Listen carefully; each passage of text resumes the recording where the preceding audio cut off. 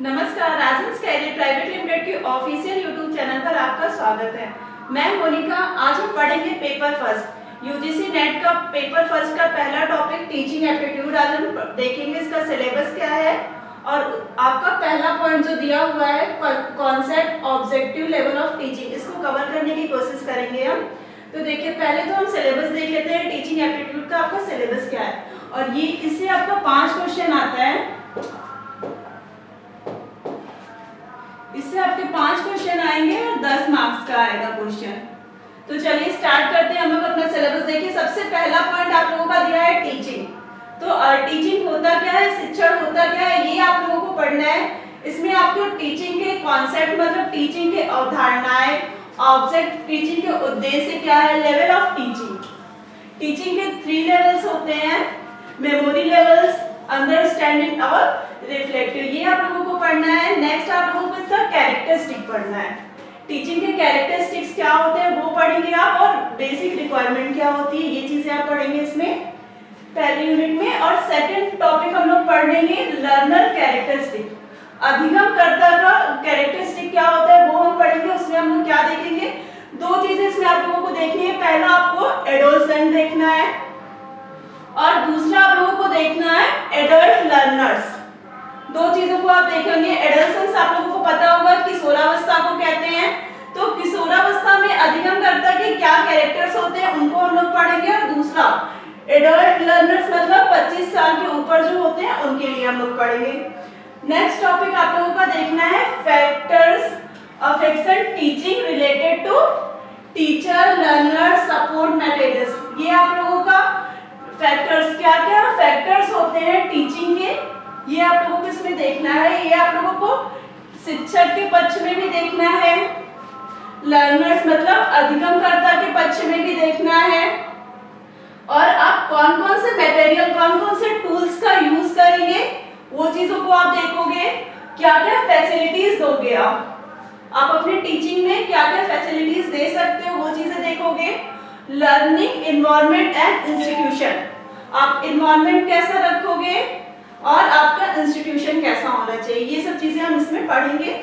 और next topic हम लोगों का है methods of teaching institution of higher education, higher learner. ठीक है, इसमें आप लोगों को 4 टॉपिक पढ़ना है मेथड ऑफ टीचिंग में। इसको आप 8 से समझ सकते हो।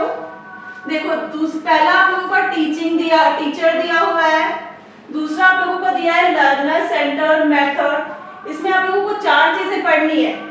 एक आप लोगों को टीचर के कॉन्सेप्ट में पढ़ना है, दूसरा आप लोगों को लर्नर्स के कॉन्सेप्ट में पढ़ना है, और तीसरा आप लोगों को ऑफलाइन, और चौथा आप लोगों को ऑनलाइन। चारों मेथड्स को आप लोगों को इसमें समझना है। चौथा टॉपिक आप लोगों का दिया है टीचर सपोर्ट सिस्टम। इसमें आप लोगों को ट्रेडिशनल, मॉडर्न और आईसीटी तीनों बेस पे बताना है आपको कौन कौन से। आप इसको टीचिंग एड्स से रिलेटेड समझ सकते हैं। तो आपको ट्रेडिशनल, कौन से ट्रेडिशनल चीजों को आप यूज कर सकते हो टीचिंग एड्स में, मॉडर्न चीजों को क्या यूज करोगे, और आईसीटी का यूज कब करोगे, ये चीजें आप पढ़ेंगे यहाँ पे। नेक्स्ट है आप लोगों का मूल्यांकन, इवैल्यूएशन। तो आप लोगों का इवैल्यूएशन सिस्टम क्या है, इससे कौन कौन से इवैल्यूएशन होते हैं, टाइप्स क्या होते हैं, ये सब चीजें आप इसमें पढ़ोगे। चलिए, ये आप लोगों का पूरा टीचिंग एप्टीट्यूड का पूरा सिलेबस है। आपके क्वेश्चन यहीं से आते हैं और कुछ चीजें आप लोगों की बाहर से भी आ जाती है, जैसे माइक्रो टीचिंग। माइक्रो टीचिंग आप लोगों का माइक्रो टीचिंग से भी क्वेश्चन 2-3 बार उठाया हुआ है, तो आप लोगों को वो भी पढ़ाया जाएगा। और प्लस आप लोगों का कभी कभी पे लर्निंग से भी क्वेश्चन आया हुआ है। लर्निंग के जो टाइप्स होते हैं, लर्निंग से भी आप लोगों का कई बार क्वेश्चन आया है, तो आप लोगों को लर्निंग भी यहाँ पे कवर कराया जाएगा। चलिए आगे हम लोग टीचिंग एप्टीट्यूड स्टार्ट करते हैं। सबसे पहले तो टीचिंग एप्टीट्यूड में हमें यही जानना जरूरी है कि टीचिंग होता क्या है। ये आप लोगों का हिंदी में भी सिलेबस दिया हुआ है, अगर आप लोग स्क्रीनशॉट लेना चाहते हैं तो ले सकते हैं यहाँ से। ये आप लोगों का टीचिंग एप्टीट्यूड पहला यूनिट है, ये आप लोगों का पेपर फर्स्ट का। उससे आपके क्वेश्चन इससे आते हैं आपके, तो आप इन चीजों को लिख सकते हो। चलिए देर ना करते हुए हम लोग अपना चैप्टर स्टार्ट करते हैं, टीचिंग एप्टीट्यूड। देखिए टीचिंग एप्टीट्यूड होता क्या है। सबसे पहले तो हमें यही जानना जरूरी है कि टीचिंग क्या होता है। टीचिंग को हम लोग हिंदी में क्या कहते हैं, शिक्षण। शिक्षण क्या है, शिक्षण की प्रक्रिया किससे उत्पन्न होती है, शिक्षा से उत्पन्न होती है। शिक्षा है तभी आपका शिक्षण हो रहा है। जहां पर शिक्षा शब्द किससे बना हुआ है, संस्कृत भाषा के शिक्ष धातु से बना हुआ है। उसका क्या अर्थ होता है, शिक्ष का, शिक्ष का अर्थ होता है सीखना और सिखाना। तो आप लोग ये याद रखिएगा, शिक्षण शब्द किससे बना हुआ है, आपका शिक्षा से बना हुआ है। और शिक्षा शब्द किससे बना हुआ है, संस्कृत भाषा के शिक्ष धातु से बना हुआ है। और उसका अर्थ क्या होता है, सीखना और सिखाना। बाकी हम लोग इंग्लिश में भी एक बार देख लेते हैं। शिक्षा शब्द अंग्रेजी भाषा के एजुकेशन शब्द का हिंदी रूपांतरण होता है, जो लैटिन भाषा के एडुकेटम शब्द से बना हुआ है। किससे बना हुआ है, लैटिन भाषा के एडुकेटम शब्द से बना हुआ है। एडुकेटम शब्द जो होता है ये आपका दो शब्दों से मिलकर बना हुआ है, ई प्लस डुको। किससे मिलकर बना है, ई प्लस डुको। ई का क्या तात्पर्य होता है, अंदर से। डुको का तात्पर्य होता है बाहर निकालना। अर्थात आपका क्या हो जाएगा, शिक्षा का अर्थ, आपका एजुकेशन का अर्थ हो जाएगा बालक की अंतर्निहित शक्तियों को। मतलब बालक के अंदर जो भी विशेषताएं हैं, जो भी गुण है, उसको आपको क्या करना है, बाहर निकालना है। तो वही कह रहे हैं कि बालक की अंतर्निहित शक्तियों को बाहर निकालना ही क्या है, शिक्षा है। क्लियर है आप लोगों का, ये हिंदी में हो गया अर्थ शिक्षण का, और ये आपका किसमें हो गया, इंग्लिश में हो गया। आगे हम लोग देखते हैं कि शिक्षण की प्रक्रिया क्या है, प्रोसेस ऑफ लर्निंग। तो शिक्षक की प्रक्रिया जो होती है वो द्विमुखी भी होती है। शिक्षक की प्रक्रिया को द्विमुखी भी कहा जाता है। इसमें एक जो होता है, एक साइड जो होता है वो शिक्षक होता है, और दूसरा साइड जो होता है शिक्षार्थी होता है। देखिए जब शिक्षण स्टार्ट किया गया तो लोगों ने ये चीजों को दिमाग में बैठाया कि शिक्षण करने के लिए सिर्फ दो चीजों का होना चाहिए, सिर्फ शिक्षक हो और शिक्षार्थी हो। लेकिन ये चीजें पॉसिबल नहीं है। सिर्फ टीचर और लर्नर होंगे या टीचर और स्टूडेंट होंगे तो क्या शिक्षण हो सकता है, नहीं हो सकता है। क्यों, क्योंकि हमें कोई ना कोई टॉपिक तो होना चाहिए ना, कोई ना कोई पाठ्यक्रम होना चाहिए। इसीलिए उसको बाद में आगे क्या कहा गया, शिक्षण जो है ये त्रिमुखी प्रक्रिया है, ट्राइपोलर है। ठीक है, इसमें एक पोल जो है वो शिक्षक है, दूसरा शिक्षार्थी, और तीसरा क्या जोड़ दिया गया, इसमें पाठ्यक्रम को जोड़ दिया गया। क्लियर है। देखिए शिक्षक को द्विमुखी प्रक्रिया कहने का श्रेय किसको जाता है, एडम्स महोदय को। एडम्स महोदय को ने शिक्षा को द्विमुखी प्रक्रिया कहा और शिक्षा को त्रिमुखी प्रक्रिया कहा जॉन डीवी महोदय ने। जॉन डीवी ने शिक्षा को त्रिमुखी प्रक्रिया कहा। तीन मुख में आप लोग याद रखिएगा, ये कभी कभी आता है। शिक्षा त्रिमुखी प्रक्रिया है, इसमें एक तीसरा पोल है, तो शिक्षक शिक्षार्थी दिया होगा और तीसरा पोल कुछ भी रख सकता है, अनुशासन रख देगा, शिक्षण विधि रख देगा। तो आप लोगों को हमेशा याद रखना है तीसरा पोल क्या है, आपका पाठ्यक्रम है। चलिए आगे हम लोग पढ़ते हैं शिक्षण का अर्थ क्या होता है। ये आप लोगों को कोई भी पूछ सकता है कि शिक्षण का अर्थ, टीचिंग का मीनिंग क्या होता है। तो देखिए आपको इसको याद रखने का सबसे आसान तरीका बताती हूँ। सिर्फ आपको याद रखना है एक चीज, KB स्क्वायर। क्या याद रखना है, KB स्क्वायर। अगर आपने इसको याद रख लिया तो आप समझ लीजिए कि आपको शिक्षण का मीनिंग समझ में आ गया। तो देखिए आपने एक जगह लिखा KB, KB स्क्वायर को आप लोगों ने अलग कर लिया। तो K से आप याद रखिएगा नॉलेज, K से आपको क्या याद रखना है, नॉलेज। एक B से आपको याद रखना है बिहेवियर, और एक B से आपको याद रखना है बिलीव। क्लियर है, याद हो गया। एक K से आपको क्या याद रखना है, नॉलेज, B से आपको याद रखना है बिहेवियर, और B से आपको याद रखना है बिलीव। ये तीनों चीजें याद हो गई। आपको इसमें क्या करना है, इसको चेंजिंग फॉर्म में ले जाना है। आप इसको चेंज करोगे तो क्या हो जाएगा, नॉलेज को क्या बोलते हैं हिंदी में, ज्ञान। तो ज्ञान में परिवर्तन ही आपका क्या है, शिक्षा है। ज्ञान में परिवर्तन ही शिक्षा है। फिर इसको चेंजिंग फॉर्म में ले गए, विश्वास में परिवर्तन ही शिक्षा है। और एक तीसरा क्या हो गया आपका, व्यवहार में परिवर्तन ही शिक्षा है। क्लियर है तीनों आप लोगों का? ज्ञान में परिवर्तन ही शिक्षा है, व्यवहार में परिवर्तन ही शिक्षा है और विश्वास में परिवर्तन ही शिक्षा है। ये आप लोगों का टीचिंग का मीनिंग हो गया। ये क्वेश्चन आप लोगों का एक बार नेट के एग्जाम में आया हुआ है। ये तीनों दिया हुआ था ऑप्शन में और एक दिया हुआ था मूल्यांकन में। तो मूल्यांकन आप लोगों का इससे अलग हो जाएगा, तो आप उस पर ही टिक करना था। बाकी क्वेश्चन जब आप लोगों को सॉल्व कराएंगे तो ये क्वेश्चन भी आप लोगों को आएगा। चलिए आगे बढ़ते हैं हम लोग। देखिए शिक्षण की अवस्थाएं हम लोग देखते हैं। Stages or phases of teaching. Teaching के 3 स्टेज होते हैं। पहला आपका होता है पूर्व अवस्था, प्री एक्टिव स्टेज।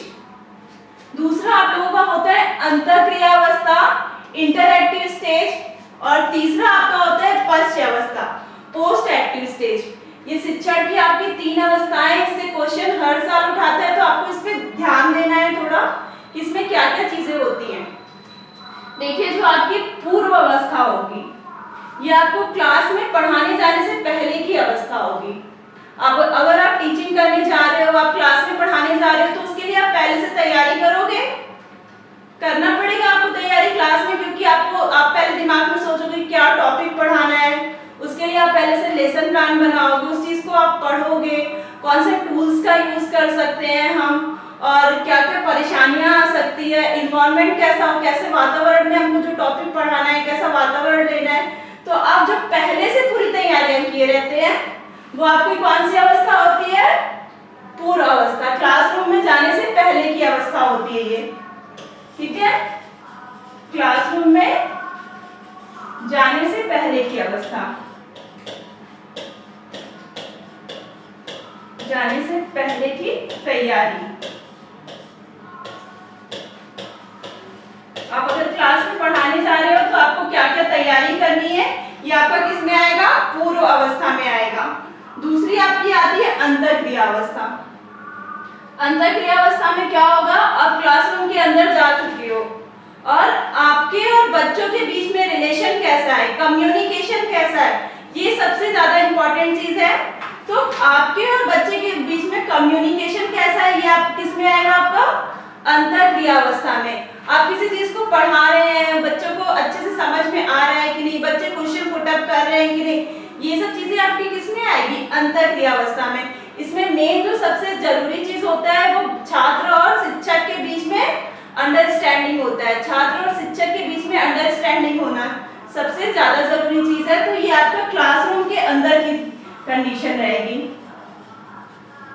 ठीक है, क्लासरूम के अंदर, क्लासरूम के अंदर आप क्या क्या चीजें कर रहे हैं, ये आ जाएगा। इसमें स्टूडेंट और टीचर के बीच का कम्युनिकेशन सबसे ज्यादा जरूरी होगा कि टीचर और स्टूडेंट के बीच जो होना चाहिए वो कैसा संबंध होना चाहिए? घनिष्ठ संबंध होना चाहिए। देखिए तीसरा जो आपका आएगा पश्च अवस्था, पोस्ट एक्टिव स्टेज। ये आप लोगों को नाम से ही समझ में आ जा रहा है कि ये आपकी क्या है? क्लासरूम के बाहर की स्थिति है। ये आपके मूल्यांकन, आपका इसमें मूल्यांकन आ जाएगा। आपने बच्चों को जो चीज पढ़ाया वो चीज बच्चे को समझ में आई कि नहीं आई, आप उसका मूल्यांकन कर सकते हैं। इसमें स्टूडेंट का भी मूल्यांकन होता है और आपका भी मूल्यांकन होता है। आपने किसी चीज को बच्चे को पढ़ाया, हो सकता है बच्चे को नहीं समझ में आया, या आपने एग्जाम लिया उसका, बच्चे ने उस क्वेश्चन में बच्चे का नंबर कम आया, तो वो सब चीजें आती। तो इसमें मेन रूप से आपका क्या आ जाएगा? मूल्यांकन। ठीक है, आपने यहाँ पे बच्चे को पढ़ा दिया, बच्चे को चीजें समझ में आई कि नहीं आई, ये आपका किसके अंतर्गत आएगा? पश्च अवस्था के अंतर्गत आएगा। ये क्लियर है?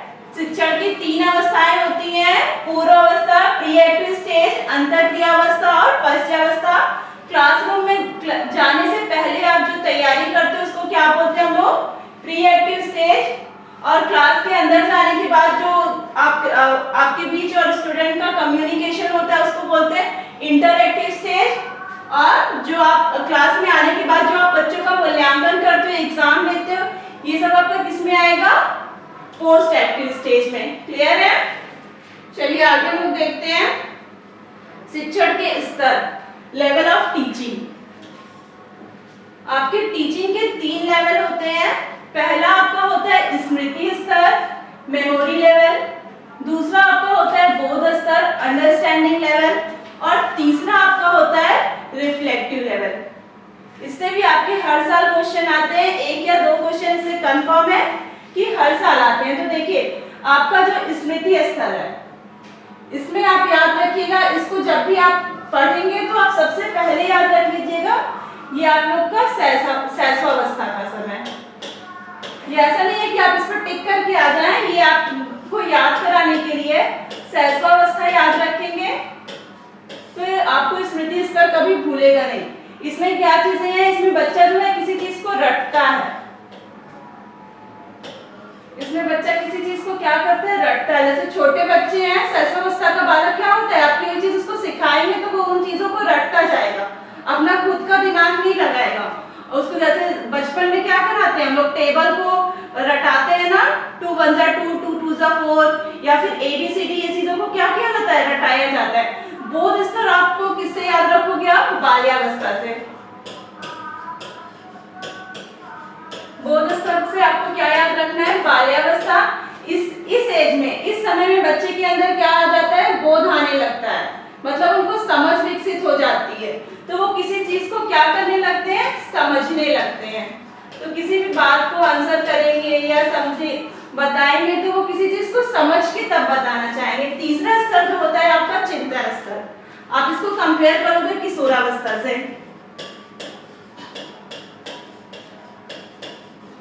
इस एज में बालक क्या करने लगता है, किसी चीज को के बारे में चिंतन करने लग जाता है, उसको अपने भविष्य को लेके वो किसी भी चीज का आंसर करेगा तो सोच समझ के बहुत चिंतन करके करेगा, उसको क्या कहते हैं आप, चिंतन स्तर। 3 स्तर हो गया आपका मेमोरी लेवल। मेमोरी लेवल में क्या चीजें हैं, किसी चीज को रटते हैं। अंडरस्टैंडिंग लेवल, किसी चीज को समझ के तब उसको आंसर करते हैं। और तीसरा है आपका, इसमें क्या करेंगे, चिंतन स्तर में किसी चीज को सोच समझ के किसी चीज का चिंतन करेंगे। जैसे इसमें आपके दार्शनिक लोग आ जाते हैं, ठीक है। तो इससे रिलेटेड आप लोगों का होता है। बाकी आगे की क्लासेस में नेक्स्ट वीडियो में आपको बताऊंगी।